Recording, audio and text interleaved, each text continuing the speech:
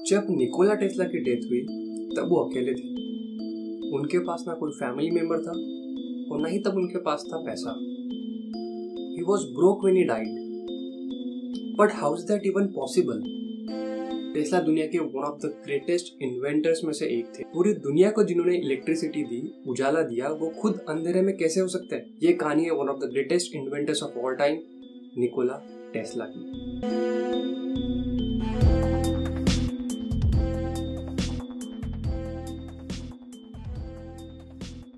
Tesla का जन्म हुआ था क्रोएशिया के स्मिल्जान विलेज में 10 जुलाई 1856 को। ऐसा कहा जाता है जब टेस्ला का जन्म हुआ था तब स्टॉर्म आया था, लाइटनिंग हो रही थी, बट किसे पता था ये बच्चा पूरी दुनिया को लाइट देगा। टेस्ला के पास गजब की इमेजिनेशन पावर। वो एक्सपेरिमेंट्स को एक्सट्रीम प्रिसीजन के साथ दिमाग में ही प्लान कर लेते थे। 1919 में एक इंटरव्यू में उन्होंने कहा था, पिछले 20 सालों में ऐसा एक भी एक्सपेरिमेंट नहीं है जिसे मैंने दिमाग में प्लान किया हो और वो एग्जैक्टली वैसा ही रियल लाइफ में नहीं आया हो। और आज देखिए साइंटिस्ट के पास क्या नहीं होता, आपके पास एक्सपेरिमेंट डिजाइन करने के लिए सॉफ्टवेयर होते हैं, उसके आउटकम्स प्रेडिक्ट करने के लिए भी सॉफ्टवेयर होते हैं। ये जो सुपर पावर थी वो उन्हें अपने मॉम से मिली। उनके मॉम किसी भी इमेज को एक्सट्रीम प्रिसीजन के साथ रिकॉल करके रीडिजाइन कर पाते थे और उन्होंने अपने फ्री टाइम में काफी सारे हाउस होल्ड अप्लायंसेस को इन्वेंट भी किया। बस यही एबिलिटी टेस्ला में भी थी। टेस्ला के जो फादर थे वो प्रीस्ट थे, वो चाहते थे उनका बेटा भी प्रीस्ट बने, बट टेस्ला को करनी थी इंजीनियरिंग और उनका कुछ ऐसा सीन था।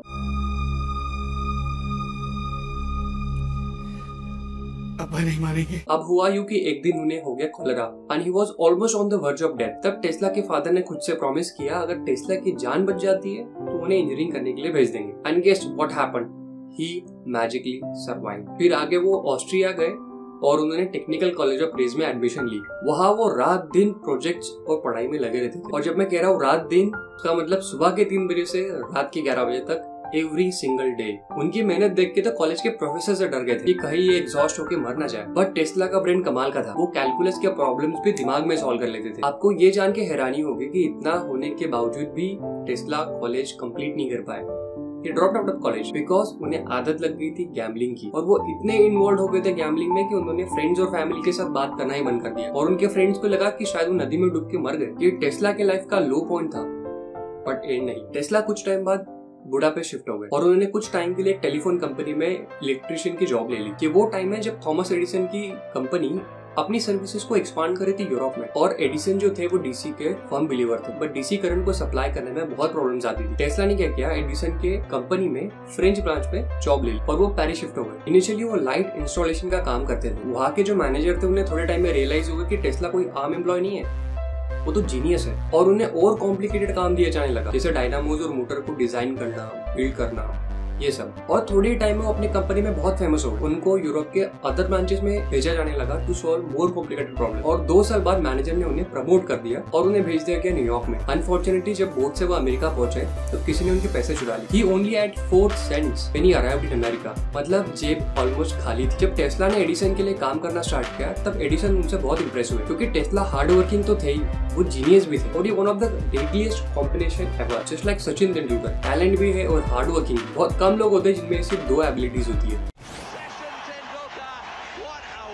खैर, टेस्ला और एडिसन में थोड़े टाइम बाद इलेक्ट्रिसिटी को लेके कॉन्फ्लिक्ट होना स्टार्ट हुए। एडिसन का मानना था DC current is the future of electricity, तो टेस्ला का मानना था AC current is the future of electricity. अब दोनों में डिफरेंस क्या है? डीसी में करंट फ्लो होता है सिर्फ एक डायरेक्शन में, तो एसी में पीरियोडिकली करंट की डायरेक्शन होती है चेंज। और एसी में हाई वोल्टेज प्रोड्यूस करना डीसी के कंपैरिजन में आसान होता है। मान लीजिए जो आपका पावर प्लांट है वो सिटी से 100 किलोमीटर की दूरी पे, और इतनी दूर से इलेक्ट्रिसिटी को ले जाने के लिए आपको हाई वोल्टेज की जरूरत होगी। और यहाँ पे एसी इफेक्टिव होता है डीसी के कंपैरिजन में। आप एसी को स्टेप अप या स्टेप डाउन कर सकते हैं एक ट्रांसफार्मर की मदद से। तो जब आपको इलेक्ट्रिसिटी को लॉन्ग डिस्टेंस पे लेके जाना है तब आप उसको स्टेप अप कर लीजिए हाई वोल्टेज के ऊपर, और बाद में आप उसको स्टेप डाउन कर सकते हैं ताकि आप उसको सेफली हाउस होल्ड अप्लायंसेस के लिए यूज कर पाए। तो आपके दिमाग में ये क्वेश्चन आ रहा होगा जो मेरे दिमाग में भी आया कि एडिसन खुद इतने बड़े इन्वेंटर थे तो वो एसी को सपोर्ट क्यों नहीं करते?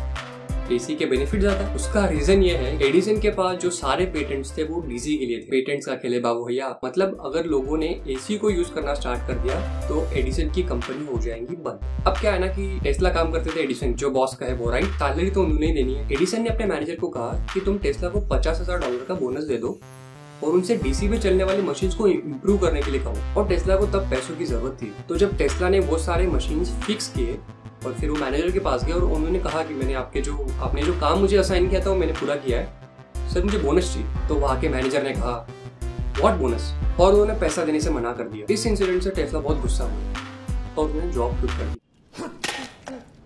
I quit. और उन्होंने अपनी खुद की इलेक्ट्रिक कंपनी एस्टैब्लिश की 1885 में, और उन्हें इन्वेस्टर्स भी मिल गए। उन्होंने अपने पेटेंट कंपनी के नाम कर दिए in exchange for stock, but उन्हें क्या पता था कि इन्वेस्टर्स अपनी बैकिंग निकाल लेंगे और थोड़े टाइम में कंपनी के स्टॉक की वैल्यू हो गई 0। ये हालत इतनी खराब हो गई कि उन्होंने लेबर की जॉब ले ली। $2 पर डे के हिसाब से वो काम करते थे, वो भी इसलिए कि बस किसी तरह से सरवाइव कर पाए। बट टेस्ला हारे नहीं थे। इन 1887 ही इन्वेंटेड AC इंडक्शन मोटर। ये मोटर बहुत इफेक्टिव थी in converting electrical energy to mechanical energy, और इसी मोटर का इम्प्रूव्ड वर्जन आप देखते हैं टेस्ला द कंपनी में, और इसीलिए उन्होंने कंपनी का नाम रखा टेस्ला। अब टेस्ला ने क्या किया, इस मोटर को पेटेंट करा लिया और next year American institute of electrical energy के कॉन्फ्रेंस में उन्होंने इसे प्रेजेंट किया, और वहां उनकी मुलाकात हुई जॉर्ज वेस्टिंगहाउस से। जॉर्ज वेस्टिंगहाउस टेस्ला के प्रेजेंटेशन से बहुत इंप्रेस हुए और उनको रियलाइज हुआ कि एसी में बहुत पोटेंशियल है और इसको यूज करके हम एडिसन के डीसी सिस्टम को कम्पीट कर सकते हैं। और उन्होंने इमीडिएटली टेस्ला से इस बारे में बात की और टेस्ला ने अपने सारे एसी मोटर के पेटेंट्स वेस्टिंगहाउस को इशू कर दिए $60,000 में, और पैसों के साथ साथ उन्हें स्टॉक्स भी मिले और एनुअल रॉयल्टीज भी मिली। वेस्टिंगहाउस ने टेस्ला को एज ए कंसल्टेंट हायर कर लिया और $2,000 पर मंथ के हिसाब, जो आज के जमाने के होते $50,000 पर मंथ। और यहाँ से शुरू हुआ the war of current. AC versus DC. Edison बहुत ही बिटर राइवल थे। टेस्ला के एसी एम्पायर को गिराने के लिए एडिसन ने बहुत सारे डर्टी ट्रिक्स यूज किए। उन्होंने सीक्रेटली एसी से चलने वाले इलेक्ट्रिक चेयर को फाइनेंस भी किया ताकि लोगों के मन में डर बैठाया जा सके कि AC current is not safe. और एडिसन इतने एक्सट्रीम लेवल तक गए, उन्होंने 1903 में एक सर्कस एलिफेंट जिसका नाम था टॉप्सी, उसे इलेक्ट्रिक्यूट किया और उस पर फिल्म भी बनाई, इलेक्ट्रिक्यूटिंग एन एलिफेंट। और इतना करने के बाद भी एडिसन टेस्ला के इलेक्ट्रिक एम्पायर को बड़ा होने से नहीं रोक पाए। टेस्ला और एडिसन अपने एम्पायर को बनाने के लिए लेजर फोकस थे। उन्हें 1893 में वर्ल्ड कोलंबियन एक्सपोजिशन शिकागो में लाइटिंग का बहुत बड़ा कॉन्ट्रैक्ट मिला। ये दुनिया की पहली ऑल इलेक्ट्रिक फेयर थी। ये एग्जीबिशन को अटेंड किया 2,70,00,000 लोगों ने, और यहाँ से एसी को मिली जबरदस्त पब्लिसिटी। पर टेस्ला यहाँ रुके नहीं, उन्होंने एडिसन को और एक बार फिर बिट किया जब उन्हें नायगरा फॉल्स पे दुनिया का फर्स्ट एसी पावर प्लांट लगाने की परमिशन मिली। एज यू कैन अंडरस्टैंड, ये हाइड्रो इलेक्ट्रिक पावर प्लांट था और ये बहुत ही सक्सेसफुल रहा। इस पावर प्लांट से बफेलो न्यूयॉर्क में इलेक्ट्रिसिटी दी गई। रिन्यूएबल एनर्जी के सेक्टर में टेस्ला पायोनियर बने और आज भी आप उनका स्टैचू नायगरा फॉल्स पे देख सकते हैं। यहाँ से एसी की पॉपुलैरिटी बढ़ती गई और डीसी का जो क्रेज है वो फेड आउट होने लगा। बट स्टिल आपके दिमाग में ये क्वेश्चन होगा कि how is that even possible, Tesla died broke. हुआ यूं कि वेस्टिंगहाउस की कंपनी बहुत स्पीड से पैसा खर्च कर रही थी टू बिल्ड मोर प्रोजेक्ट्स, और इससे कंपनी चली गई $10 मिलियन डेट में। कंपनी को बचाने के लिए 1897 में वेस्टिंगहाउस ने टेस्ला से पूछा क्या आप आपकी रॉयल्टीज कम कर सकते हैं। बट टेस्ला इतने इमोशनल थे, उन्होंने अपना कॉन्ट्रैक्ट ही फाड़ दिया। $12 मिलियन की रॉयल्टी को उन्होंने मना कर दिया।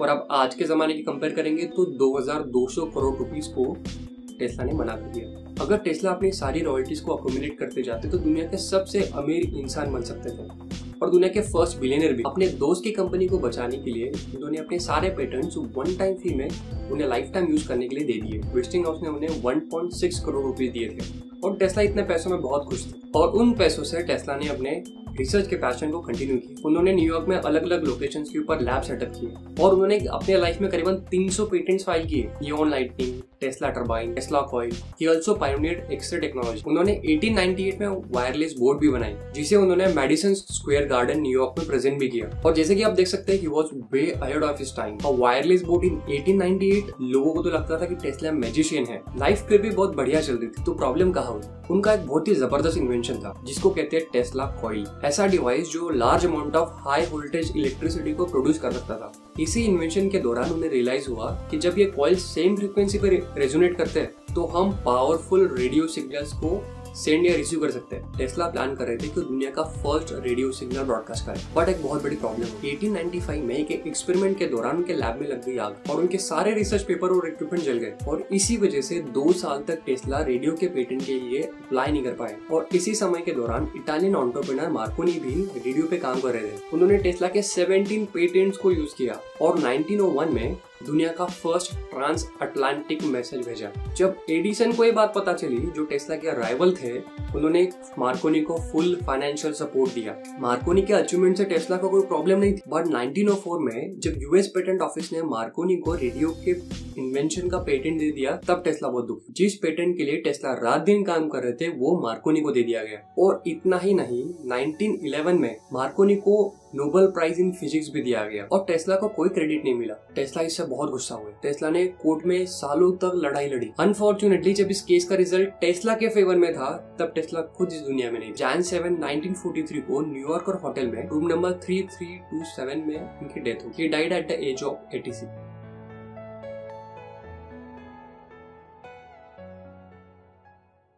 इस पूरी कहानी से जो एक चीज मुझे टेस्ला के बारे में बहुत अच्छी लगी, वो थी उनका नेवर गिव अप एटीट्यूड। याद कीजिए वो टाइम जब $2 पर डे के हिसाब से वो डेली अपना गुजारा कर रहे थे। मतलब किसी ऑर्डनरी इंसान के लिए कितना मुश्किल होता, शायद वो गिव अप कर देता लाइफ में, बट टेस्ला ने उसके बाद भी हार नहीं मानी। प्लस टेस्ला जीनियस तो थे ही, वो हार्ड वर्किंग भी थे। तो ये चीज आपके लाइफ में बहुत इंपॉर्टेंट है। अगर आप जीनियस है, that's not enough, you have to be really hard working. और देखो, चाहते तो टेस्ला भी शायद दुनिया के सबसे अमीर इंसानों में एक बन सकते थे। He could have been a billionaire, दुनिया के पहले बिलियनियर बन सकते थे।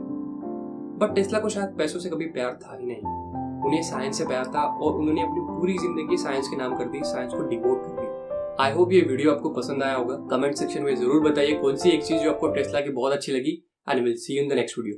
Thank you.